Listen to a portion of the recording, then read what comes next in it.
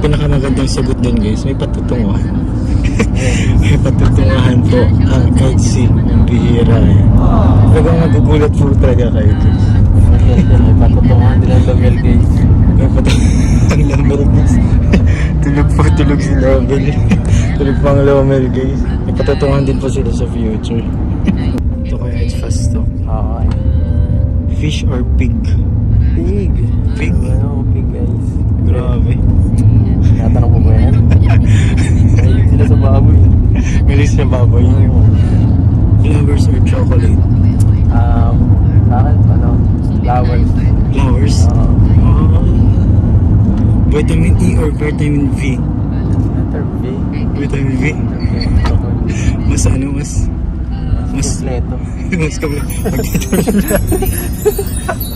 sa... Grabe, multivitamins pala yun. Multivitamins. Multivitamins pala yun. Nakatulad just in. Diba yan? Nandiyan ko hindi ang split kasi Morning date or dinner date? Na dinner date. Dinner date. Sunset or evening? Evening. Evening? Grabe. Church wedding or beach wedding? Church. Church wedding? Ay, grabe. Hindi pa ganito. Grabe naman. Kailangan natin pagpasa Diyos yan. Tama. Patiently waiting or impatiently waiting? Mahirap yun. Patient waiting na. Patiently waiting? Ay, grabe yun, guys.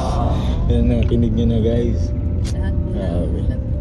Ito, huli na katanungan. Kasi tapos na talaga. Sino madalas magselos sa inyo? Siya.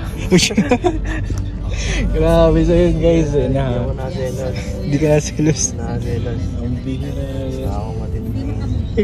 Isa akong stoic. Stoic. Grabe, guys. Ayun na, guys. Kaya pala. Ito talaga nag-chat. Grabe.